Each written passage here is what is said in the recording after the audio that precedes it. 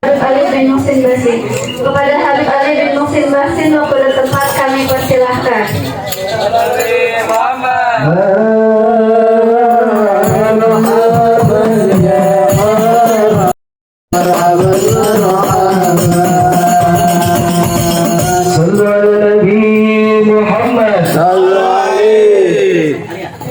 Assalamualaikum warahmatullahi wabarakatuh. Waalaikumsalam warahmatullahi wabarakatuh. Bismillahirrahmanirrahim. Wa ala alihi wa sahbihi ajma'in wa qala la tusrahu sadri wa yassir li amri wa hlul 'uqdatan min lisani yafqahu qawli wa shahid lisan wa hadi qalbi bi jahi nabiyyina wa maulana Muhammadin sallallahu alaihi wasallam walhamdulillahi rabbil alamin amma ba'du.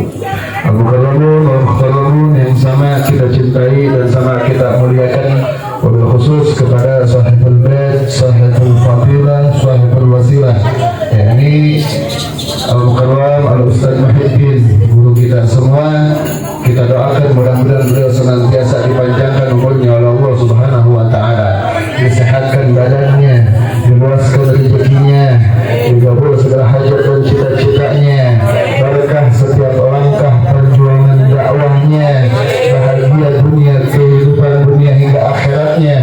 Amin ya Allah ya Rabbal alamin. Juga kepada seluruh para guru, para muallim, para ustaz, para ustazah, para kiai, para kesepuhan yang mungkin tidak tersebutkan nama satu persatu, namun tidak mengurangi daripada rasa hormat dan takzim al-fakir kepada seluruh para kiai, para ulama selaku pewaris baginda Nabi Muhammad sallallahu alaihi wasallam. Kita doakan mudah-mudahan semua guru-guru kita yang hadir pada kesempatan siang hari ini, mudah-mudahan semua guru-guru kita selalu dalam penjagaan Allah Subhanahu wa taala. Wabil khusus juga kepada para tokoh masyarakat, kepada para aparatur pemerintah, baik daripada Bapak RT, Bapak RW dan seluruh jajarannya, mudah-mudahan selalu dilindungi oleh Allah Subhanahu wa taala. Wabil khusus kepada seluruh jamaah kaum muslimin, muslimat, kaum ibu, kaum bapak, pemuda, pemudi umat baginda Nabi Muhammad sallallahu alaihi wasallam, yang mana mudah-mudahan duduk berkumpulnya kita pada kesempatan siang hari ini menjadikan wasilah Allah taala menurunkan rahmat dan maghfirah untuk kita sekalian, sehingga tidaklah kita keluar pulang dari tempat ini melainkan dosa-dosa kita diampuni oleh Allah Subhanahu wa taala. Amin ya Allah ya Rabbal. Alhamdulillah, kita bersyukur kepada Allah Subhanahu wa taala masih memberikan kesempatan kepada kita untuk selalu mendekatkan diri kepada Allah Subhanahu wa taala. Hadir, duduk, kumpul kita pada kesempatan hari ini tiada lain semata-mata untuk mendekatkan diri kepada Allah Subhanahu wa taala, dan hadirnya kita semata-mata adalah pertolongan Allah Subhanahu wa taala. Jadi kita bisa duduk, kita bisa hadir bukan karena kita sehat, bukan karena kita mampu, bukan karena kita kuat, akan tetapi Allah yang memberikan pertolongan kepada kita, Allah yang memberikan takdir kepada kita, sehingga kita semua bisa hadir dan duduk di tempat ini di dalam pandangan dan perhatian dari Allah Subhanahu wa taala. Maka sungguh ini adalah nikmat yang sangat besar, anugerah yang begitu agung hadirin yang dimuliakan oleh Allah Subhanahu wa taala. Maka wajiblah untuk kita untuk senantiasa selalu meningkatkan rasa syukur kehadirat Allah Subhanahu wa taala, karena sadar atau tidak sadar kita duduk hadir di tempat ini semuanya mendapatkan perhatian khusus dari Allah Subhanahu wa taala. Maka di perkumpulan tempat yang penuh dengan keberkahan dan kemuliaan ini, hadirkan kita punya hati, hadirkan kita punya niat, hadirkan kita punya cita-cita, hadirkan kita punya keinginan, karena di tempat seperti inilah adalah tempat yang dipandang oleh Allah Subhanahu wa ta'ala. Maka minta kepada Allah, ya Allah, kita semua yang hadir mudah-mudahan panjang umur, sehat walafiat, keluarga sakinah, mawaddah warahmah, dan punya anak mudah-mudahan anak-anak yang menjadi anak yang saleh dan salehah, rezekinya luas, urusannya lancar, kesulitannya dimudahkan oleh Allah Subhanahu wa taala, diberikan kekuatan, diberikan keistiqomahan, hasil maksud fiddin wa dunya wa akhirah. Amin ya Allah ya Rabbal. Banyak-banyak kita berdoa kepada Allah Subhanahu wa taala, karena Allah itu adalah sosok yang paling senang diminta. Jadi jangan gak enakan, ya. Jangan disamain Allah dengan makhluk. Ya, kalau sama makhluk mungkin kita ada rasa gak enak. Ada misalkan Ustaz Muhyiddin baik sama kita, tiap hari misalkan kasih uang, tiap hari kasih beras. Begitu besok kita mau minta uang lagi, kira-kira ada rasa gak enak apa enggak? Ada rasa gak enak nggak? Lamun kajelma wajar aya rasa tenyenang, bener gak? Ulang geus biasa dibere, ujung-ujung baru karek minta deui, untungna pasti enak. Itu makhluk, beda dengan Allah. Kalau Allah semakin kita banyak minta kepada Allah, Allah semakin senang. Kenapa Allah semakin senang? Karena semakin Allah diminta, semakin Allah tampak kesombongannya. Sombong adalah pakaiannya Allah Subhanahu. Jadi kalau Allah sombong itu memang harus. Kenapa? Karena Allah punya segalanya. Allah maha segalanya. Allah yang menguasai. Jadi sombong itu adalah pakaiannya Allah. Beda sama kita. Kalau kita nggak boleh sombong. Apa yang mau disombongin oleh diri kita? Sedangkan dari atas sampai bawah isinya semua kotoran. Lantas apa yang bisa kita sombongkan? Maka kita perbanyak meminta kepada Allah. Ud'uni astajib lakum. Minta kepada Allah Subhanahu wa taala, karena Allah paling senang diminta.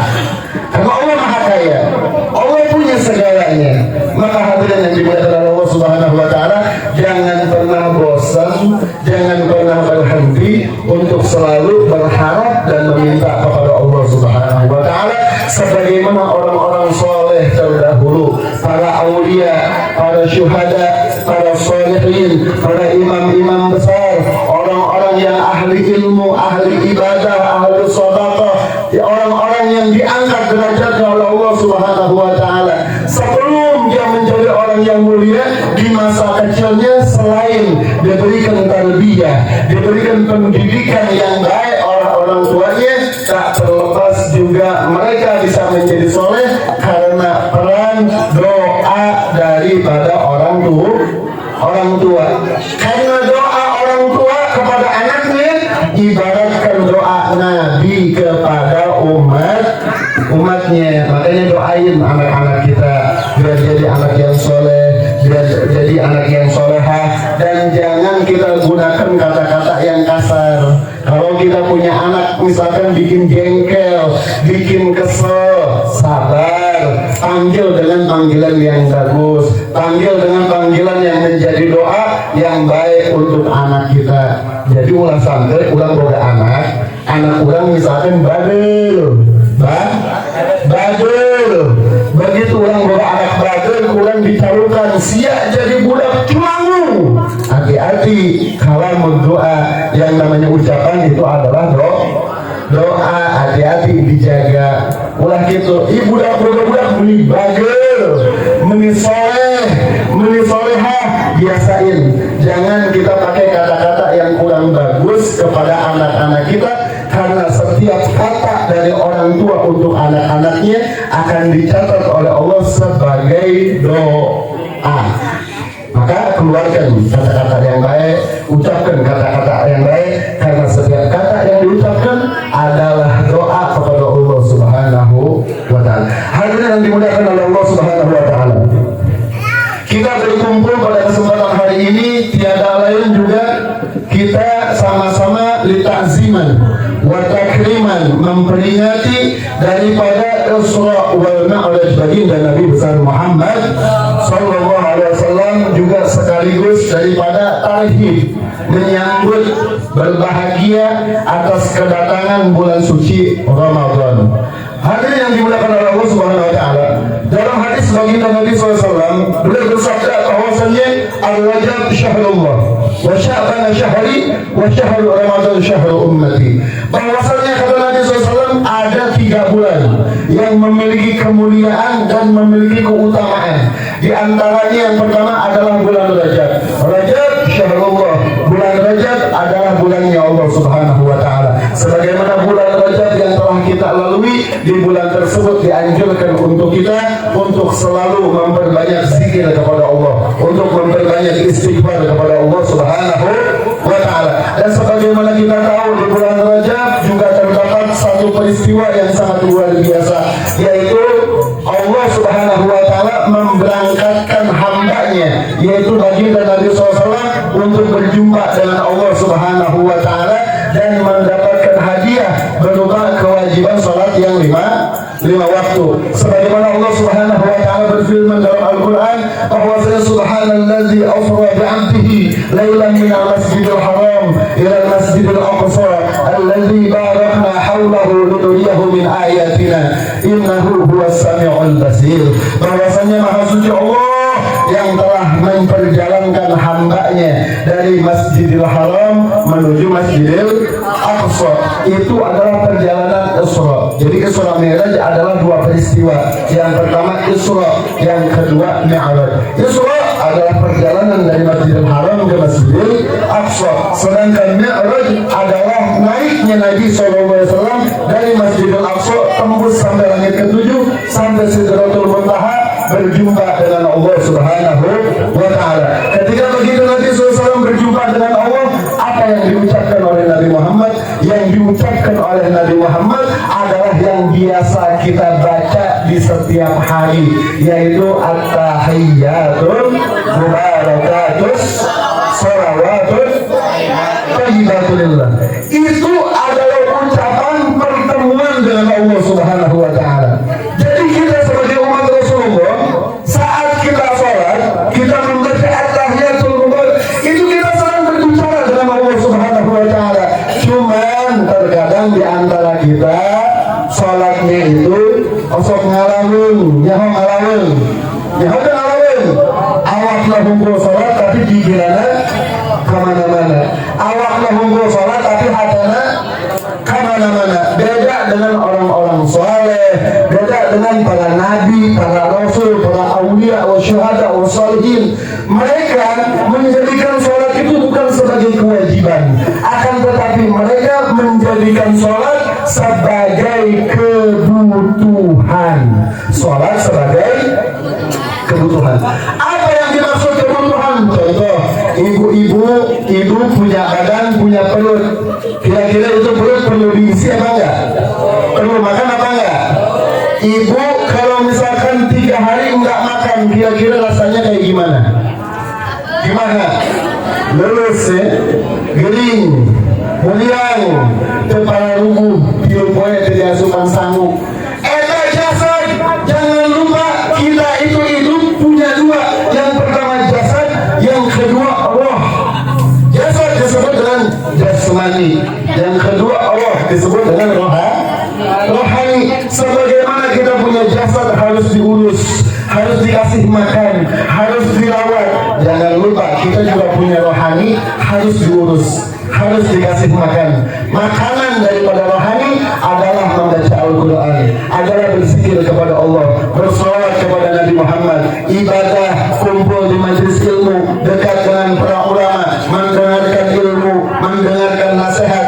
Itu adalah makanan rohani. Sebagaimana jasad bila tidak diberikan makan, maka badan akan sakit. Begitupun dengan rohani. Kalau rohani tidak diberikan makan, maka rohani akan sakit. Bagaimana contoh rohani sakit? Contoh rohani sakit pertama, susah buat nangis, susah buat ngerasa salah, hayangna ngerasa paling bener, geus puguh salah di bejaan malah jadi galak. Aya kan pas gitu. Geus nyaho salah, begitu di bejaan ulah pas gitu, eta teh salah, malah leuwih galak. Itu contoh rohani yang sakit. Rohani yang sakit akan menyebabkan menjauhnya diri kepada Allah Subhanahu wa taala. Hati-hati, karena rohani yang sakit itu akan susah menerima daripada rahmatnya Allah Subhanahu wa taala. Hati atau rohani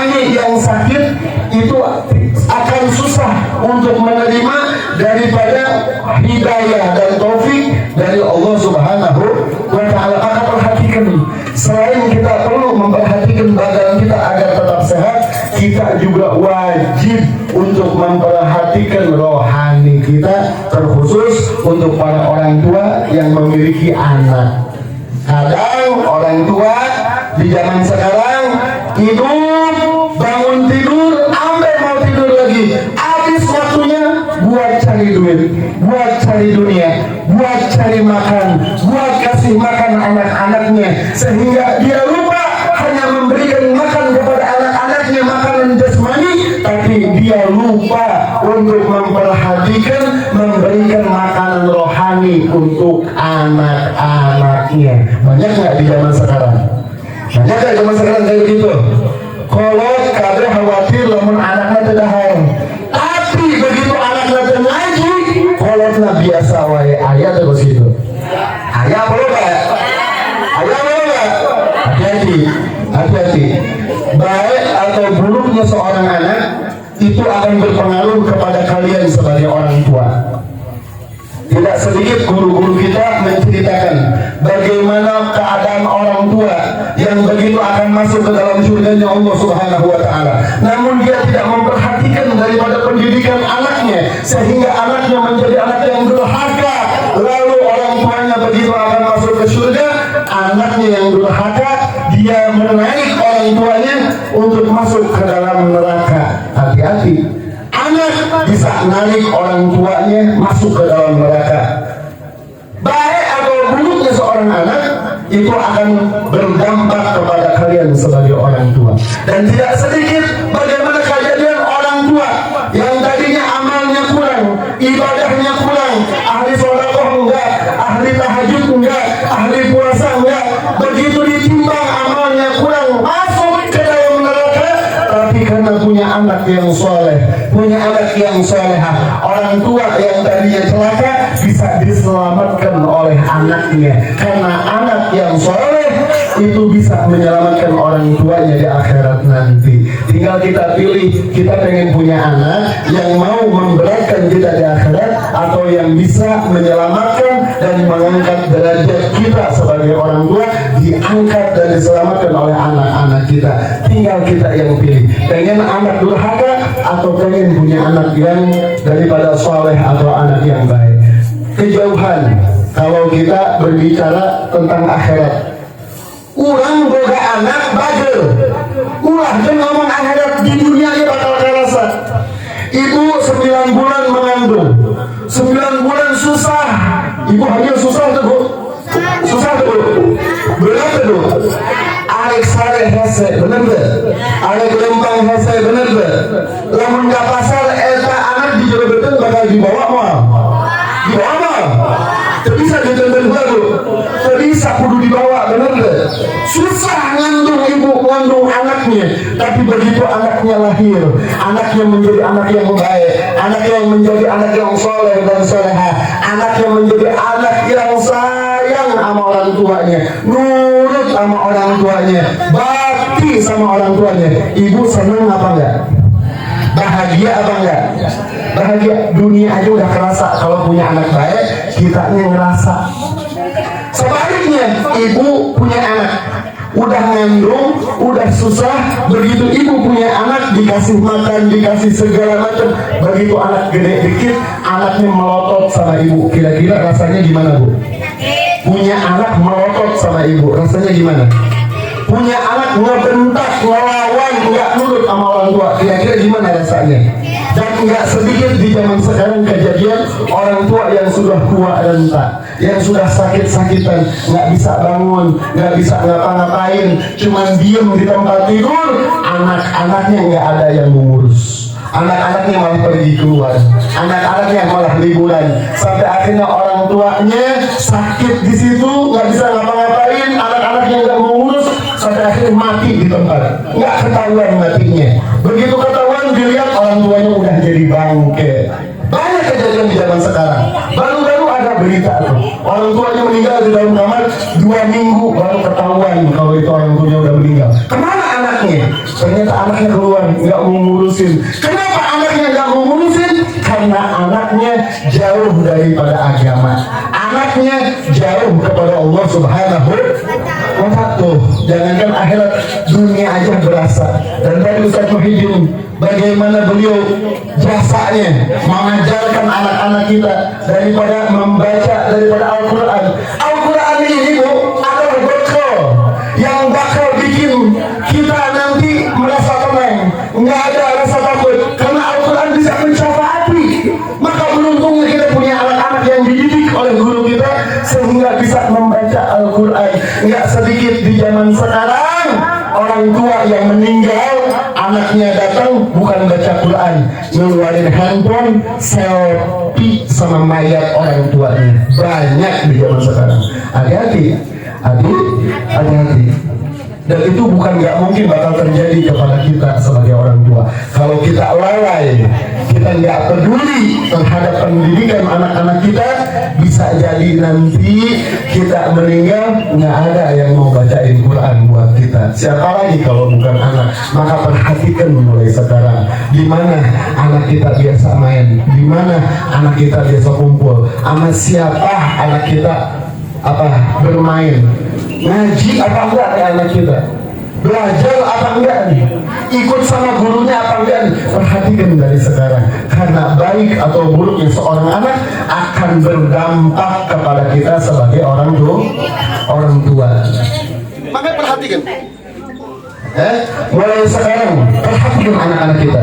Kalau anak-anak kita ngaji, perhatikan, jangan kadang kita lalai, kita nyepelein. Giliran anak sekolah banyak biaya, apa dijual buat anak sekolah, tapi giliran buat anak ngaji kadang kita suka sepelein. Benar nggak? Banyak nggak orang tua zaman sekarang kayak begitu? Hati-hati, benar. Yang paling penting itu kita belajar agama.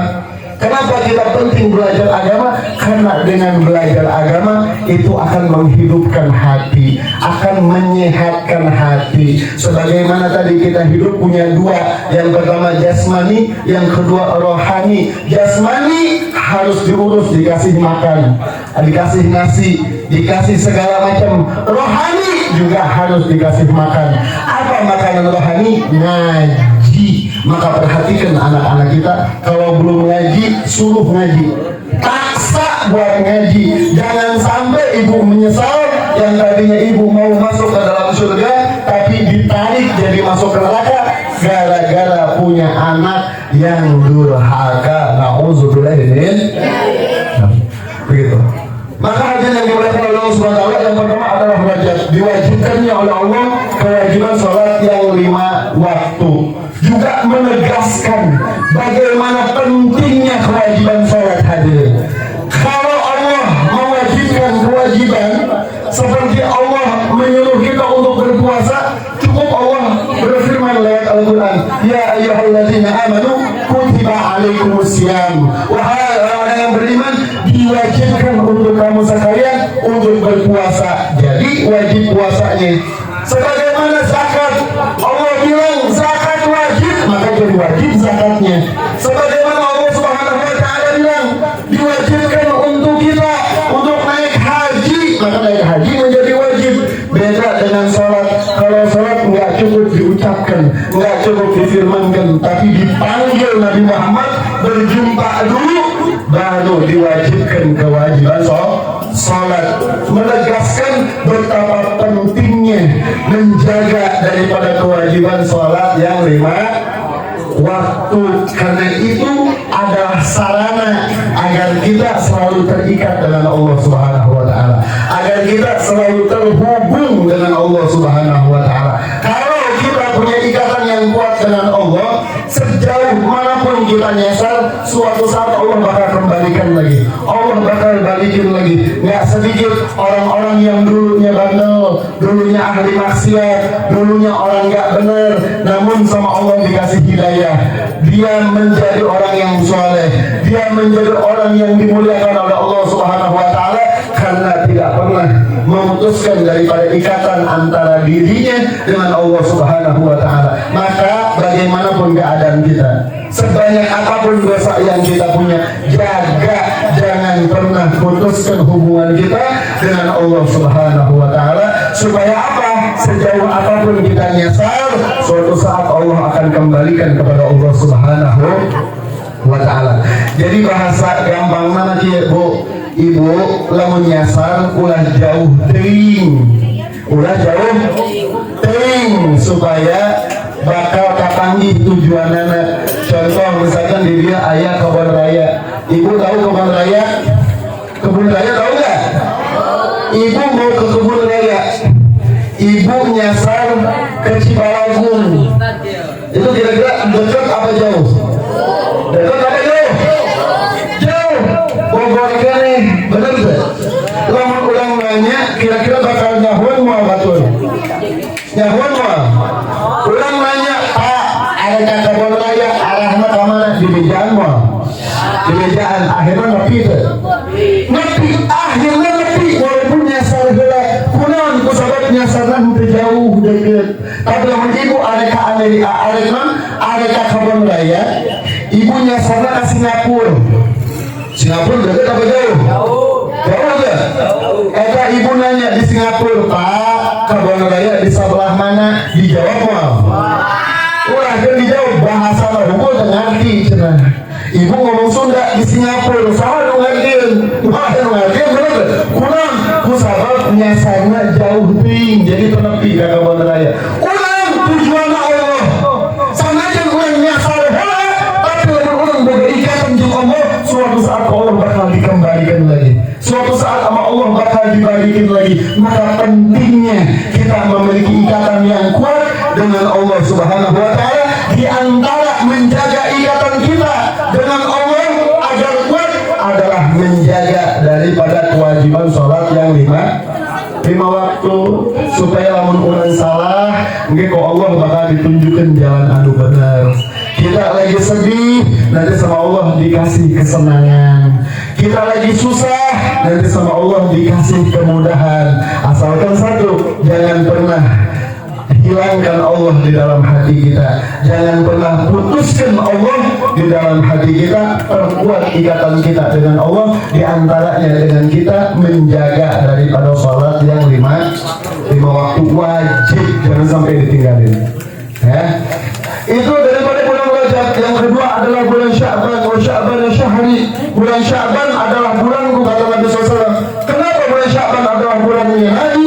Bulan Sya'ban, di bulan tersebut Allah Subhanahu wa Ta'ala mewajibkan untuk umatnya untuk senantiasa bersalawat kepada junjungan baginda Nabi besar Muhammad sallallahu alaihi wasallam. Dan juga di bulan Sya'ban terdapat peristiwa yang besar, di antaranya adalah pemindahan kiblat umat Islam. Umat Islam itu dulunya kiblatnya ke Masjidil Aqsa. Di bulan Sya'ban dipindahkan daripada kiblatnya menjadi kiblatnya ke Mekah, ke Ka'bah. Kiblatnya ke Ka'bah. Tadinya kiblatnya ke Masjidil Aqsa, dipindahkan ke Ka'bah. Itu terjadi di bulan Sya'ban. Maka dari itu bulan Sya'ban adalah bulan yang sangat dicintai oleh Nabi SAW. Dan di bulan Sya'ban juga Allah memerintahkan, innallaha wa malaikatahu yusholluna 'alan nabi ya ayyuhalladzina amanu shollu 'alaihi wa sallimu taslima. Kewajiban bersolawat atas umatnya Nabi kepada baginda Nabi SAW itu turun pada bulan Sya'ban. Maka di bulan Sya'ban perbanyak kita membaca solawat kepada junjungan baginda Nabi besar Muhammad sallallahu alaihi wasallam. Kata Nabi SAW, alulan nasbi yaumal qiyamah aksaruhum salatan alayya. Orang yang paling dekat dengan aku, kata Nabi SAW, adalah mereka yang paling banyak membaca salawat kepada junjungan baginda Nabi besar Muhammad. Yang ketiga, wa syahrul Ramadan syahrul ummati. Bulan Ramadan adalah bulan yang spesial untuk umatku. Kenapa?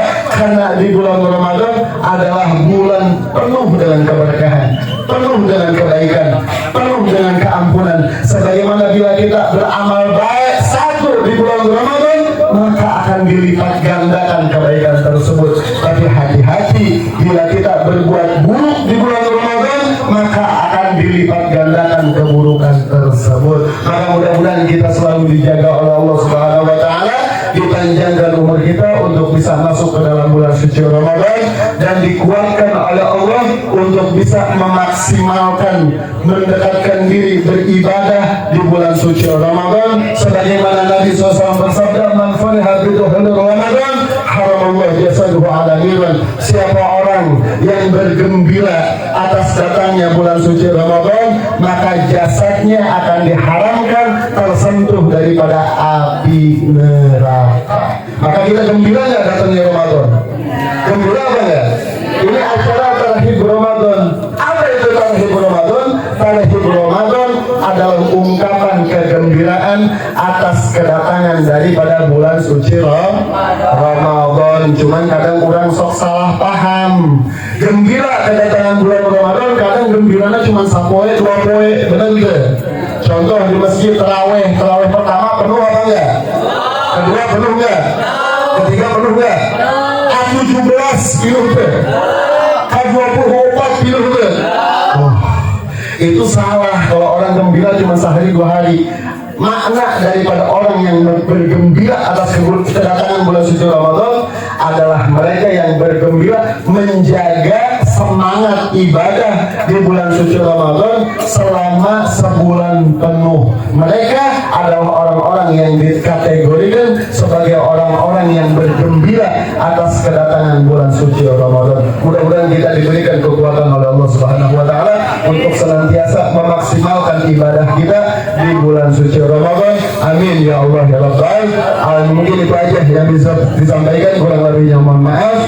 Sebelum ditutup, sebagaimana permintaan guru kita untuk sama-sama kita bersolawat kepada baginda Nabi SAW untuk membacakan daripada Mahlul Qiyam ya Nabi salam alaika ya Rasul salam alaika, juga kita sama-sama bermunajat kepada Allah Subhanahu wa taala. Mudah-mudahan apa-apa yang ingin kita minta, yang belum kita minta, yang akan kita minta kembali, mudah-mudahan digabulkan oleh Allah Subhanahu wa taala. Mudah-mudahan senantiasa kita, keluarga kita, orang-orang yang kita cintai selalu dalam lindungan Allah Subhanahu wa taala. Amin ya Allah ya Rabbal alamin.